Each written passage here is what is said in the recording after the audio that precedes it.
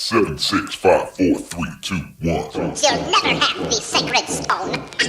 Oh, this you crazy mother.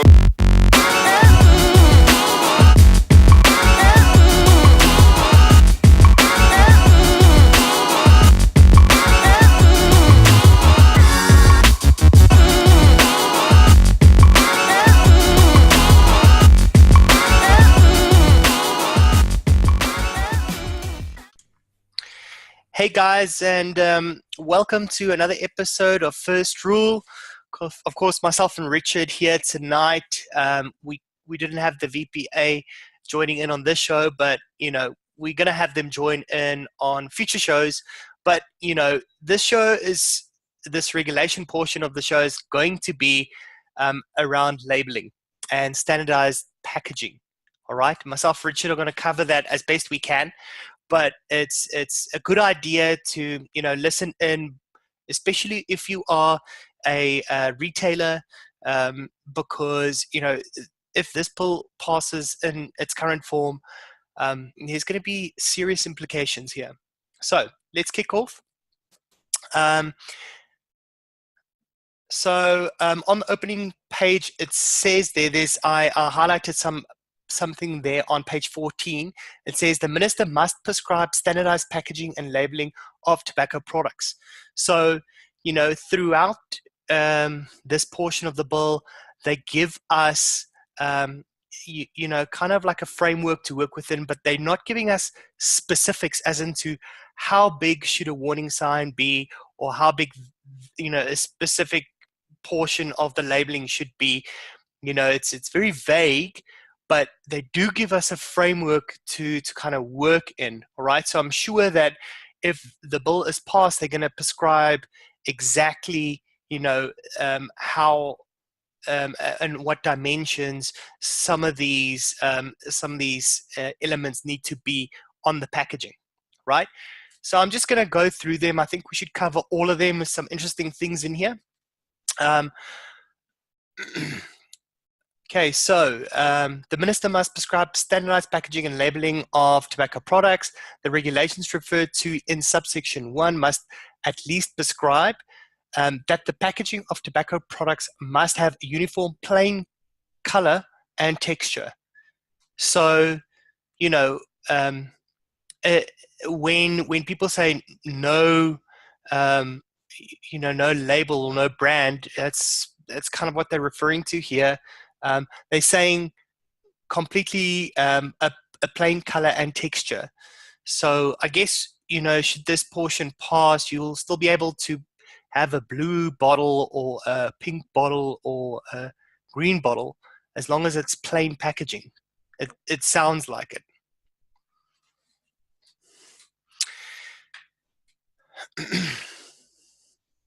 Okay, and then it also talks about texture there, which I didn't quite understand. Richard, do you know what they're talking about when they refer to texture? Is that how the box feels? Yeah, I assume that's a sort of reference to, you get these specialized papers that feel like leather and, sort of high-end papers like that. Mm. So I presume they just want to, cut that out. And just have it plain cardboard, I suppose. Okay. That's the only thing I can see behind that. Okay, so they also say here which material may be used for and the size and shape of such packaging, right? This is a bit of a problem here. I get how you can do this with smoking, all right? But, prescribing to an industry, where devices are different sizes, if you want to prescribe exactly what the size of the packaging is going to be, that might be difficult to manage, because they come in different shapes and sizes. So I'm not sure, but I can see how. I mean, if you have a box of 20 cigarettes is going to be the same size as all round. You know what I mean? It doesn't matter what brand you're smoking. a box of 20 is going to be the same size. So, this to me again is one of those things where it's kind of obvious that they took a legislation, as tobacco legislation, and they just bolted on vaping over here. This is definitely something that's an oversight. Yeah, it's clearly relates to tobacco packaging. I think they allow two different types in tobacco packaging. There are the small, flat 20 boxes, and then the taller, slimmer ones. I think those are the two that they allow. But I imagine those would be within fairly standard dimensions. Yeah, so they also say here how the packaging is opened, So, with cigarette boxes as well, they kind of like flip from the top open to the back, I have seen boxes where you kind of like push it on the side and the cigarette box kind of opens up. So I think they want to standardize on that also because, they want one cigarette to be more appealing than another. But I think that might refer to how you actually get to the contents. All cigarette packaging comes in cellophane wrap, where you've got a pull tab, and you pull you pull that tab, and then the cellophane can come off. I think that's what they probably referring to. Okay. Yeah. Although for vaping, they'll probably add that it has to be childproof bottles, which I suppose is fair enough. Okay, so that only the brand name and the product name may appear on packaging in a standard color and typeface, together with other mandatory information such as manufacturer details, health warning, and tax stamps. This is a big one, because you're saying standard color, so I'm not sure what colors they're talking about here. Standard text, right, with health warning and tax stamps on it. So kind of blank, just with the warning on it and, standard text to say, hey, this is Marlboro, or this is Peter Stuyvesant, or this is, Paulies, or this is, so that's what we're going to see. We're going to see if this passes, we're going to see standardized packaging. So it'd be super difficult to differentiate one product from another.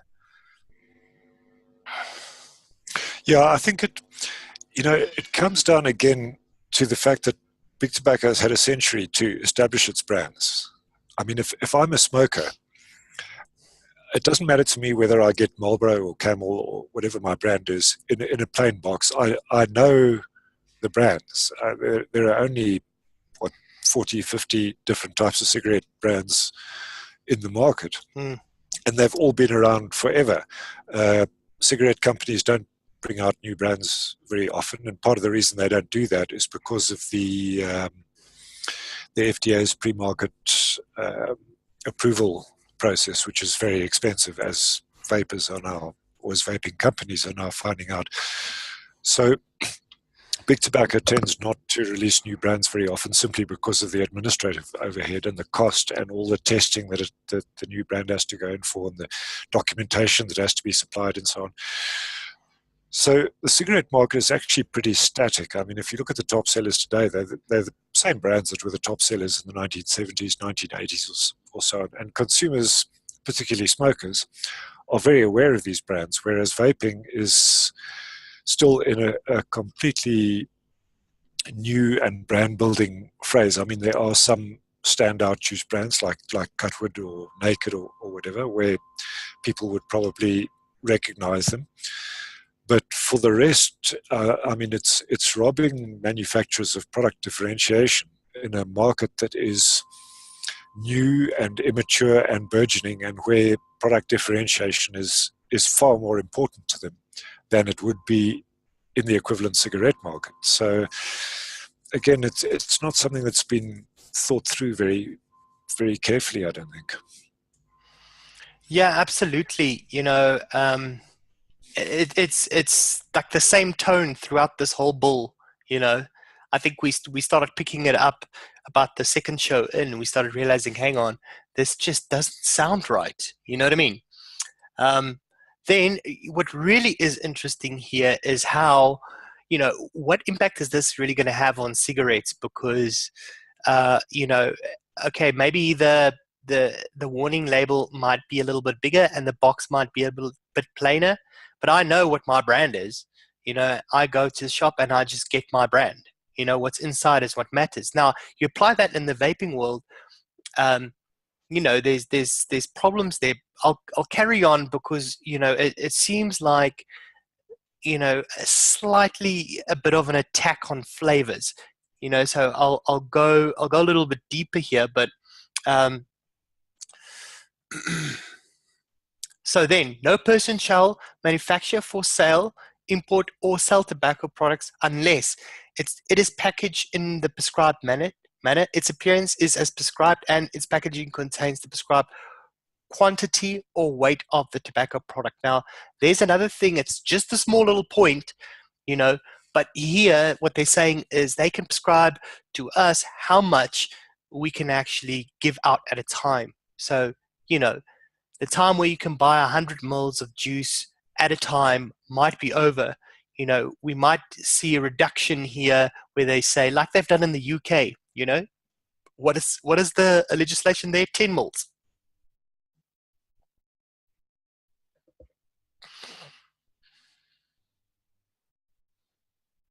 It's 10 mils for nicotine. Juice, though, I think they can go up still to 60, 100, whatever. But for pure nicotine, it's 10 mils.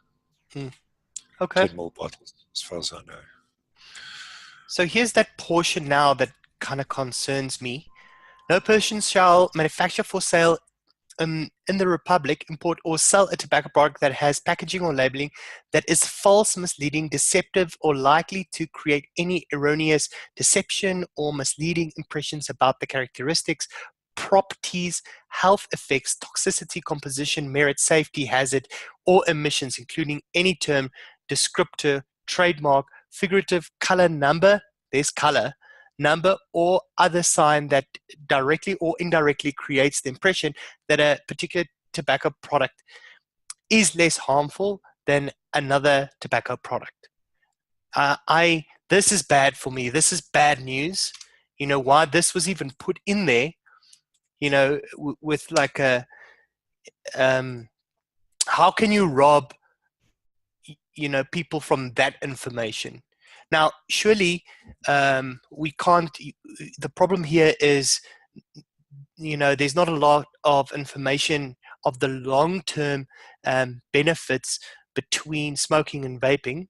Okay, so vaping over smoking, but there is some long-term studies out here already. 3 and 4 year studies that you can go and read. So there is some information that we can already say, and if you look at what happened in the UK, that one product is less harmful than another. So this is dangerous territory for me. I think it's just an extension of the advertising ban, where their standpoint is manufacturing companies aren't in the medical sphere, they're in business. So there's an obvious incentive for them to deceive or to mislead or to plain lie about their products. And that flows back, of course, to the history with Big Tobacco, where Big Tobacco tried to initially, when they were still allowed to advertise, there was a whole lot of stuff where they said that brand X is healthier than brand Y because it doesn't contain as much carcinogens, or it's got an improved filter that removes all the bad stuff from smoke and so on. And they found time and again that these adverts were misleading and weren't based on fact and so on. And the problem is they found this already with vaping. I mean, the FDA most gleefully presented evidence at the first hearing into the court case against them that vapor companies were putting things on websites like it's harmless water vapor, which it clearly isn't. I mean, there's no water in juice, so it's not harmless water vapor. And then other companies saying things like it'll help you to get over flu, or it'll give you an energy shot, or whatever. I mean, these are totally medically unproven claims. So they're just kind of extending the advertising ban to, text on the packaging that makes the same sort of claims. And I think their overall view is rather let health information be given out by health bodies, be that Public Health England or the FDA or whoever. Let the manufacturers rather focus on, the unique benefits of their product.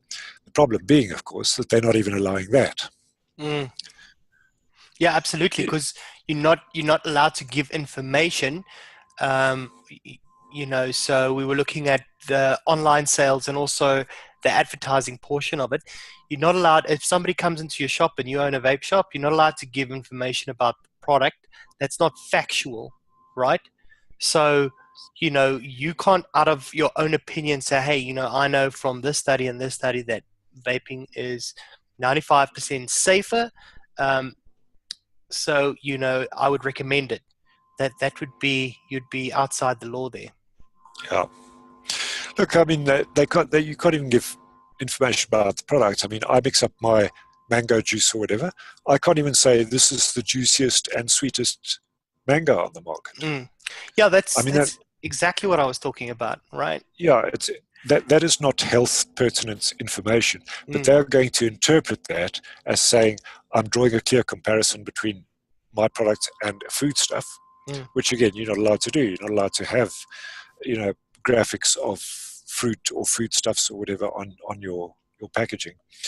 So it does make it very, very difficult to differentiate between products in what is a very crowded and competitive marketplace. So that to me is overreaching. I get that they don't want people putting SpongeBob SquarePants on labels, that they don't want vaping companies opening up websites and saying that, vaping is proven 95% safer, because even the Royal College will tell you it's not proven. That was their estimate.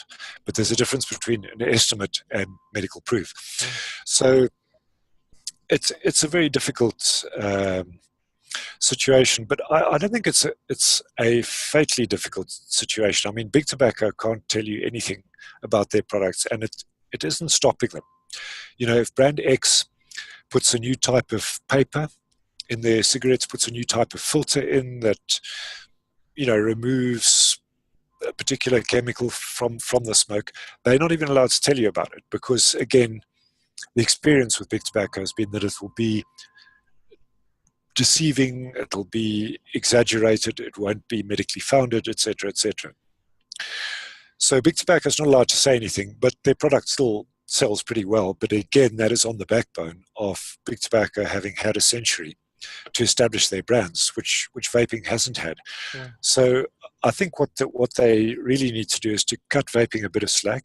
Sure, cut out the child's appealing marketing, cut out all the cartoon characters and giving away free toys or bags of candy with juice, all the things that people are doing, but at least allow them to say, this is my strawberry and cream. What makes it different from other strawberries and creams is that the cream is a lot thicker, or the strawberry is sweeter, or some differentiation about the product, not just this plain, you're allowed to say it's a strawberry cream and that's the end of it. I mean, that is, it's taking it way, way too far. Again, they've probably upped the ante, expecting, pushback, where they will be allowed, they will give themselves some room to step back a bit. But the bill as it stands is, it's overreaching quite a bit in my view. Yeah. The other interesting thing, now they say here, no person shall manufacture for sale in the Republic, import or sell a tobacco product that has packaging or labeling that is false, misleading, etc., etc., etc. Now, how does this plain packaging tally in with importing? Let's say I'm a juice vendor and I import cutwood. Must that cutwood be with a plain label where it just says Cutwood XYZ flavor, or can I still import the Cutwood, the original labels?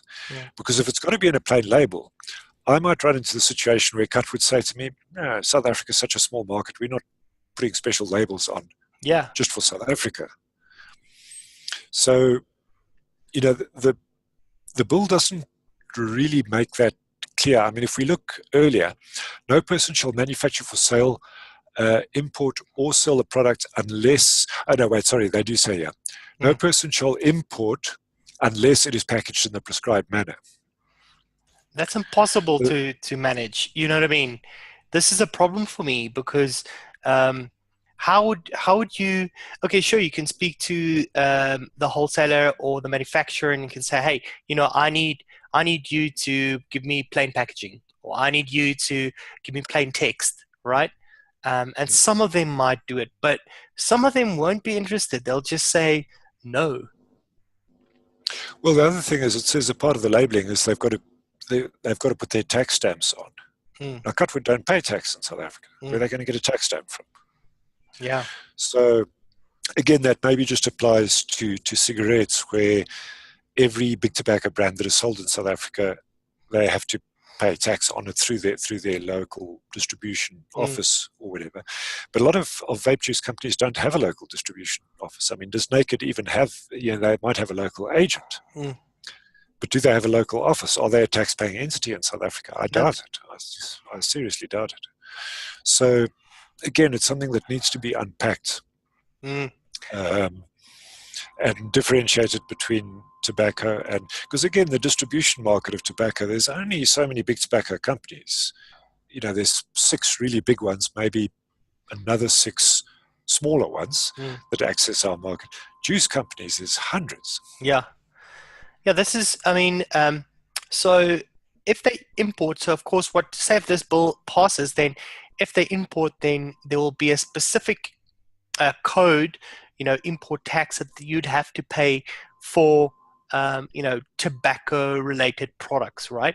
And that would be then the tax that you pay, on that product. But there's no stamp there.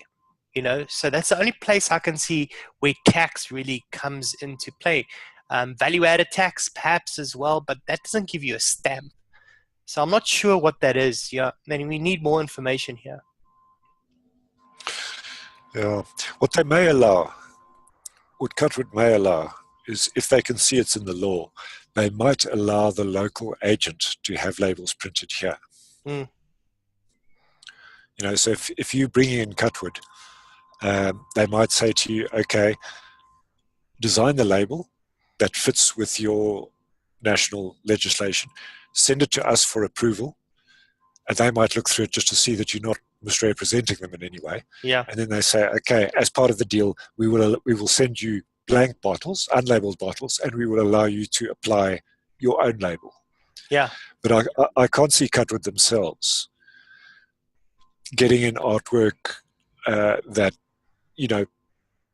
complies with the South African legislation, relabeling a whole bunch of bottles that are for export to South Africa, and then sending them over here. I think it's something that would be tackled at local level, but it's going to cause huge problems. Big Tobacco don't have a problem because these are international companies. R.J. Reynolds, British American Tobacco, PMI, they market around the world. So part of their business model and part of the advantages of being so huge, they have an office in every country that has dedicated staff seeing to it that packaging and so on is in line with local legislation. So it's not going to be a problem for Camel or Marlboro or whoever to bring in plain packaging in South Africa. They're already doing it in Australia. Their South African office will just implement it as per the law. But it's a big undertaking for a vape juice company. Yeah, and the thing is, as it spreads as well, how much further is it going to go? Because let's say Cutwood is sold in 30 countries around the world, vaping countries. Do they now have to oversee each of those national agents changing the labeling, to fit in with the national legislation. It's just a lot easier to do it when you have a global headquarters and national branches. Vaping's not really set up for that. It's still a nascent industry. These are small companies, and I think they need to re-look at that law and just cut vaping a little bit of slack on it. Yeah, what you were talking about earlier, this is the part that grinds me a little bit. I think the most out of all of this, right, is has it taste, smell, or any flavoring or any other additive that is prohibited by any law or that may such taste, smell, flavoring, or additive in absent a particular tobacco product or resembles a food or cosmetic product. So you can't say that this is, you will have to call your juice, cutwood, and then you can potentially just say on there it's tobacco, but if you say it's a strawberry tobacco, it resembles food, you know what I mean, which is what they're trying to not allow here, right? Am I understanding this correctly, Richard? It's a difficult one. I can't see them not allowing the flavor. I think possibly what they mean is that you're not allowed to make it look like a food product. Oh, is that it? So you can't, for instance, put like a mango outside it, and so it looks like mango juice. Maybe. I mean, you couldn't put a photograph on the label of mango sticky rice pudding, because then people think, oh, what is this? Is this like a drinkable juice that's mango sticky rice? Is it a flavoring that I can put in pudding or milk and I get mango sticky rice from it?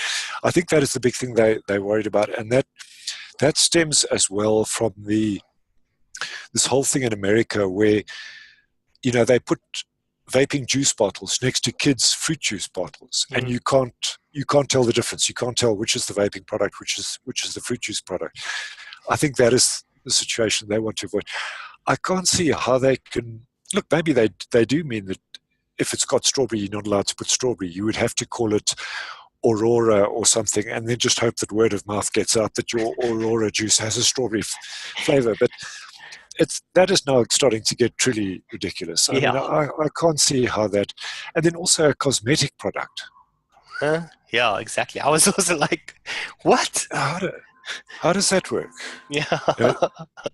Joel's not going to be allowed to say that flavors taste like soap anymore, because that's a cosmetic product. But yeah, what tobacco product resembles a cosmetic product? Sure, I don't know. Lipstick, face cream, skin cream, hand lotion. Yeah, I've never seen that either. I don't know. Maybe they're talking about inhalers that people might think is. I don't know. Rejuvenating, maybe. I don't know. It doesn't make any sense to me. The food thing that I can understand. People bring out juice that looks like liquid fruit apple juice. Fine, you don't want that. But who's going to market a juice that looks like lipstick or blusher or mascara? It doesn't make any sense at all. Absolutely no sense. But what they say here, I was also a bit concerned about this initially. This has a taste, smell, or any flavoring or other additive that is prohibited by any law, or that any such taste, smell, flavoring, or additive is absent in a particular tobacco product. The key part there is the prohibited by any law. That's an obvious thing, that you can't come out with a juice and you'd say it smells like weed or it tastes like heroin or whatever. I mean, those are prohibited by law. So you can't make juice that makes any linkage or connection to hard drugs. Okay. And then this one, or that any such taste, smell, flavoring, or additive is absent in a particular tobacco product. What I'm guessing is that Big Tobacco tried a thing where they said, we reducing the smell. We're reducing the odor of tobacco, that it doesn't cling in your Yeah, clothes I can remember and that. hair that much. And they may be cutting down on that, where they're now trying to give the impression that it's a healthier product because your clothes don't smell so much of tobacco afterwards, or whatever. But again, these things seem to be tied in more to big tobacco. I mean, if big tobacco brought out a cigarette pack with a marijuana leaf on it, I'm guessing it would be a big seller. A lot of people would like that sort of imaging and would go for that sort of imaging. So that is probably what they are looking for.